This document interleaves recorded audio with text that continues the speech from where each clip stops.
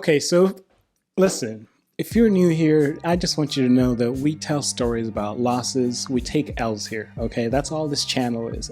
Losses and lessons, double L's. Yeah, I'm gonna brand that. The double L mentality, losses and lessons and losses. 2019 has been nothing but L's for me. Yeah, that's the end of that sentence. It has been nothing but L's, but the fact is that I've grown from a lot of these L's. And I want to share one of my L's that I took on my year of trying to learn how to program. Here we go. I love reminders of painful times. I wrote an outline for this story, but we're just gonna go. If I ramble for 30 minutes, it's okay. So about a year ago, I decided to start taking coding seriously. Before that, I was just doing it for every couple months I'll do it, then I'll fall off because I didn't really vision it, and I already had, videos going on where I was making money off my videos. So it wasn't that serious. Then I had, a big life change. I was going through a lot of mental stuff and I came out the hospital. Was not in the best space. And once I stepped out of that hospital and I was just thinking to myself, I need to just change my life. I need to do something else that interests me. I've been doing videos for so long. I just need to try something new. But I didn't just want to do things. I didn't want to go back to school because I figured I'm gonna be in that dark hole again. I wanted to do something that I've always wanted to do, which was programming, right? Therefore, I started looking into boot camps, and before I had heard about boot camps years prior, but the thing is they were so new that I was sketchy, and I was broke. I'm not gonna pay $30,000. I don't have that to just give to you and, oh, you're gonna teach me how to program. So I found a boot camp. They had a great system where, you just, they said, you pay when you get a job. And I said, sign me up. And I passed the test. I got accepted. The only catch was while I'm in this full-time program, because I was trying to be in and out, right? While I was in this full-time program, I can't have a job. This will be my focus, right? And lucky on me, I still live with my mom. Obviously still do, because life just has not been working out for me. But I still live with my mom, and I don't get charged rent. All I had to pay for is my phone bill and a couple other bills, right? And this was fine. I had a couple $1,000s saved up. I had some money saved up. Did that thing what broke people do when you're really broke. If you've done this, you're broke. Where you break down every single dollar you have and try to see how long you could survive on that dollar. I took my bills and I took the length of, the program, the boot camp, and I just did some math, and I was like, all right, I had to survive on this, and by the time I'm done with this boot camp, I better have a job because we are gonna be at $0. So a couple weeks before the boot camp starts, my lucky self, I break my MacBook, right? So that's the first L. So a couple months later, remember that budget that I made? That little budget that was supposed to last me months, right, was almost out. And here's how we got here. Did not take into account that I had to eat.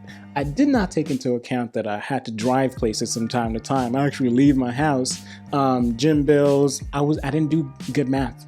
Did not. 2 + 2 is 4, -1, that's 3, quick maths. Did not take into account, anxiety and stress that, learning programming brings. So apparently when I'm anxious and stressed, I like to eat a lot and I like to run. So I just eat and I go on a run. I spend a lot of money on food. So now I'm out of money, right? And I look over at all my belongings. I'm telling you guys right now, I had to make a sacrifice. A sacrifice that I did not want to make because it made me feel not only sad, but also stupid. And I was frustrated. I genuinely wanted to get through this boot camp. I knew I genuinely wanted to become a programmer. I knew all the doors that would open if I finished this journey, right? So I looked around my room and I looked at the most valuable thing I could find. And it was my camera, my dream camera, the Sony A7S with the lens. You my right hand. You my go-to. Why you literally? I have artificial knees. You're supposed to tell me where it's slippery. With everything on it and my drone. 2 most valuable things I could possibly think of selling, aside from my laptop. Let me tell you guys about this camera. I've seen a lot of you guys comment that I look familiar, and that's because I used to have a way bigger channel. All the videos are private now or deleted.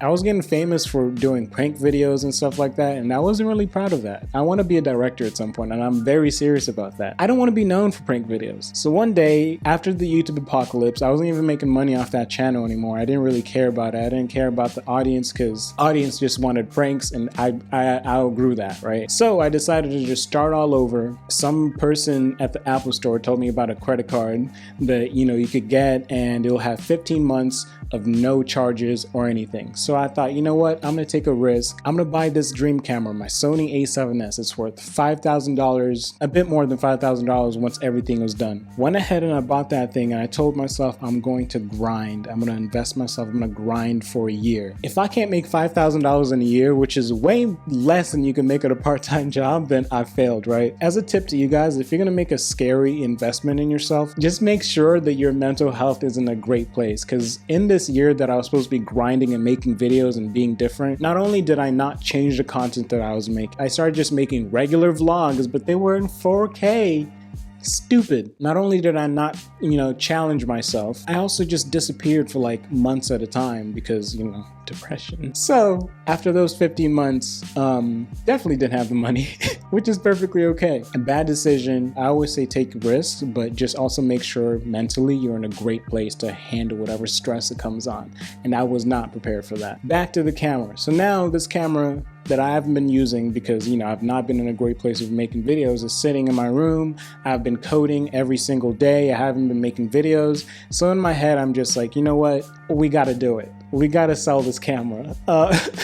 Let's make someone else happy because I need money to survive. I will not make it through this boot camp. And I didn't even think for 1 second to ask my mom for money. I'm not a fan of asking my mom for money.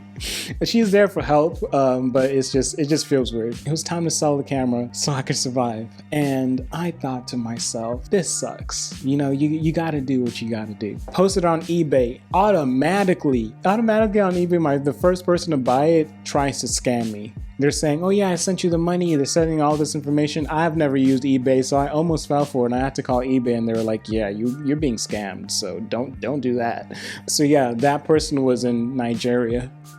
Shockingly enough, everything I was selling so many more things than just my camera, and I just had a clean price of I think like $5,000. I was selling all my equipment, by the way, all my video equipment for like $5,000 in total. Make a little bundle, whatever. It was worth $8,000, but I was selling it for $5,000. Jesus Christ. eBay doesn't work out. I go on Facebook Marketplace. Of course, Facebook being Facebook, people ask, is this still available 1,000 times? And when you say yes, they just don't respond. If you've ever tried to sell anything, they just don't respond. Finally, a guy hits me up. He was like, hey, I just want the camera and the lens, and I'll give you $2,000 for it. And at this point, I'm stressed out. At this point, my next bill is coming up, and I just want to get it over with. So I say, okay. So now keep in mind, I've sold my camera and lens for less than half of what I got it for.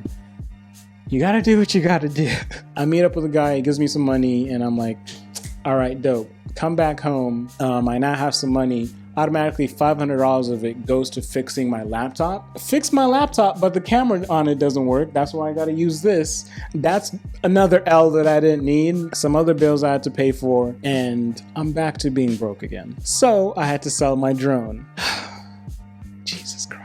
So now that I sold my drone for half of what it was worth, I've told you guys about this already, but the great thing about the bootcamp that I went to, or I still go to, I'm finishing up, thank God. I mean, once you get to a certain point, you could tutor other students. I got the job after selling my $5,000 setup. It was literally like 3 weeks later I got the job. Enough money to be able to handle my bills for me. So imagine how frustrated I feel.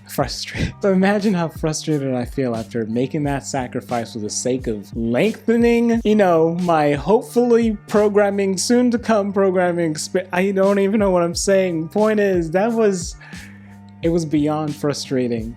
It was beyond frustrating because it's like, what's that movie? This is how I describe this Fat L. That movie Mist, where that guy kills his whole family and then they get rescued after.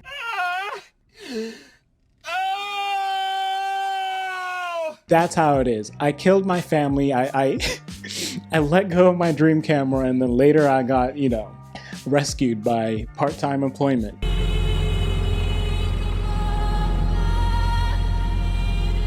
I guess this video is going to be about sacrifices. A lot of you guys are going to make a lot of sacrifices or have made a lot of sacrifices, but just remember that you're learning something that is a very hard skill. Maybe it's programming, maybe you're someone else who's, you know, trying to learn something new, but point is, sacrifices will have to be made at some point. It sucks, but if you could just look at the bigger picture, for me, my bigger picture is this. Once I get a software engineering job, especially if I get one in the Bay Area, literally a portion of my check can go easily buy a new camera, right? I knew if I'm not gonna be making videos for the next year, I'll be okay. This one right here that I'm recording off of, you guys, is the first camera I ever bought with my very first YouTube check. My first YouTube check, I bought my camera, and then the other half I went to Paris with an ex-girlfriend, and that's it. So luckily I didn't sell this one because I was looking at it like, you're about to go. Prepare for any sacrifices you might need to. Be solid with your finances.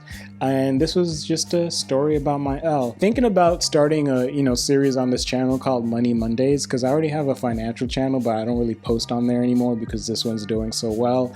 And I figured, why do I need 2 channels for that? So would you guys like to talk about money from time to time on this channel? Because I may be on my programming journey, but I'm also on my get out of broke life journey, and I have a lot of financial L's to talk about. Thank you guys so much for watching. Please make sure to like and subscribe. I appreciate it either way. If you're just stopping by, appreciate you. Don't be stupid like me. Bye. I wrote a whole outline just to ramble. Why would I do that?